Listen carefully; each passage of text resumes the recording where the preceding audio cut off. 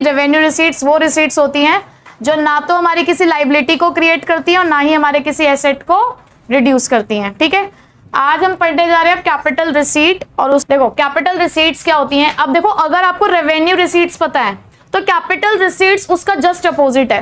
पहली बात तो आप ये हमेशा ध्यान रखना कि रेवेन्यू रिसीट्स हमारी day to day functioning of जो गवर्नमेंट का जो भी day to day normal course of business होता है या नॉर्मल कोर्स ऑफ एक्टिविटीज होती हैं जो गवर्नमेंट की, वो उससे जुड़े होते हैं। क्या? रेवेन्यू रिसीट्स, जिससे ना तो हमारी कोई लाइबिलिटी क्रिएट हो रही है ना ही हमारे कोई एसेट्स रिड्यूस हो रहे हैं। अब capital receipts more than 1 year के लिए है, यानी कि ऐसी रिसीट्स जो आपको मिली है लेकिन वो कितने साल के लिए, 1 साल से ज्यादा के लिए हो सकती है। ठीक है, तो देखो जरा आप कैपिटल रिसीट्स क्या है हमारे पास। Capital receipts refers to those which either create a liability or cause a reduction in asset, यानी कि जो या तो आपकी किसी लाइबिलिटी को आप क्रिएट करेगा, यानी कि पॉजिटिव साइड से, वहां पे नेगेटिव है यहाँ पॉजिटिव है, वहां वो क्रिएट नहीं कर रहे लाइबिलिटी, यहाँ लाइबिलिटी क्रिएट हो रही है, वहां कोई एसेट में रिडक्शन नहीं हो रहा है, यहाँ एसेट में रिडक्शन हो रहा है। फॉर एग्जाम्पल दीक्षा और खुशी, जरा शांति से बैठ जाओ थोड़ी देर के लिए, अब पढ़ते टाइम कोई डिस्टर्बेंस नहीं, आप अपने उस पर ध्यान दो। अब लाइबिलिटी क्रिएट कैसे हो रही है, देखो पहली बात तो आप माइंड में ये रखना, क्योंकि अब तक ना आपने एक्सपेंडिचर पढ़ा नहीं है तो आप अभी तक आप कंफ्यूजन वाले स्टेट पे नहीं आए हो।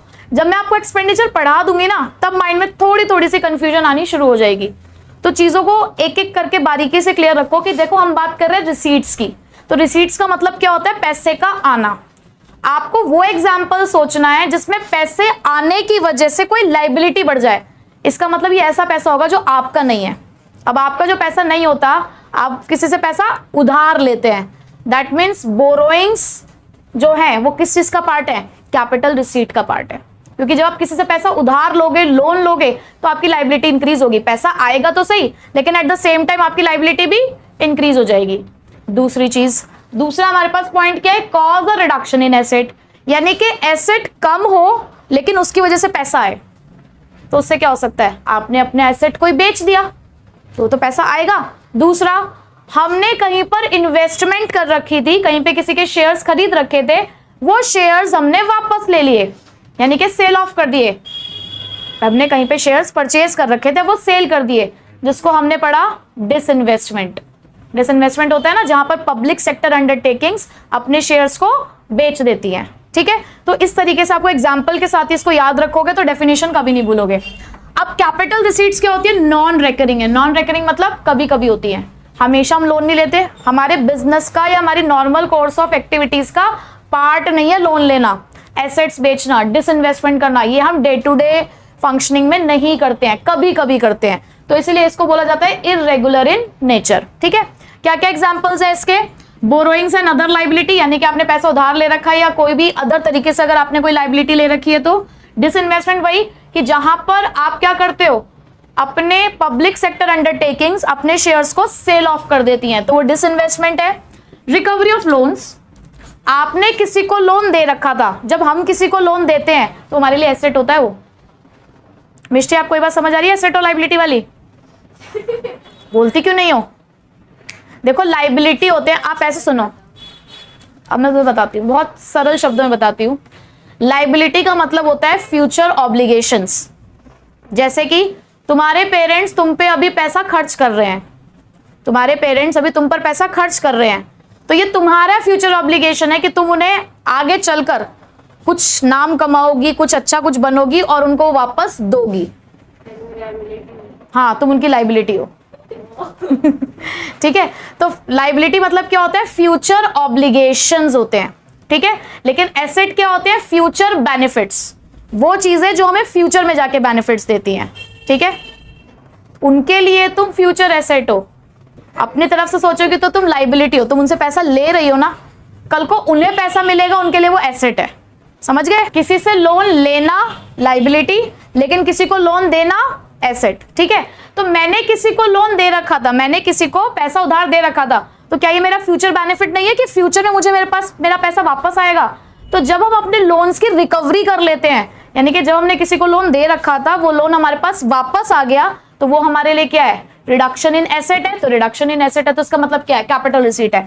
मैं यहाँ पे इसके इफेक्ट भी नोट डाउन कर देती हूँ। जैसे कि बोरोइंग है, बोरोइंग क्यों कैपिटल रिसीट है? क्योंकि क्या कर रहा है? किसी एक लाइबिलिटी को क्रिएट कर रहा है। देखो बीच में और लगा है, दोनों में से कोई एक भी कंडीशन सेटिस्फाई होगी तो वो कैपिटल रिसीट है।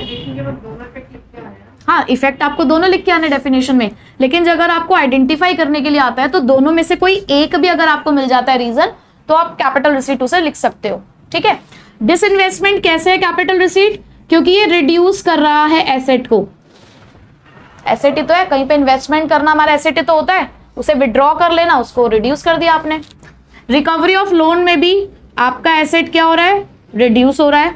Small saving deposits, small saving deposits क्या होती हैं? अब ये जैसे पोस्ट ऑफिस होते हैं, पोस्ट ऑफिस के अंदर हम लोग जो डिपॉजिट करते हैं, आपने सुना होगा किसान विकास पत्र, NSC, नेशनल सेविंग सर्टिफिकेट्स, ये कुछ डिपॉजिट्स होती हैं जो पोस्ट ऑफिस में कराई जाती हैं। तो पोस्ट ऑफिस हमारी गवर्नमेंट का पार्ट है, आपको पता है, डिपार्टमेंटल अंडरटेकिंग्स होती हैं, ये जो पब्लिक सेक्टर अंडरटेकिंग, आप इतना समझ लो, पोस्ट ऑफिस वगैरह। ठीक है, तो इनकी लाइबिलिटी है। अगर पोस्ट ऑफिस में हम लोग पैसा जमा कराते हैं ना, तो वो गवर्नमेंट की लाइबिलिटी होती है, क्योंकि वो पैसा हमारा है। समझ आ रही है बात? क्लियर सबको? कैपिटल रिसीट्स क्या होती हैं? अभी कैपिटल रिसीट्स दो तरीके की होती है। कौन कौन सी? एक होती है डेट क्रिएटिंग। डेट मतलब क्या होता है मिष्टी? यस, चुकाओ।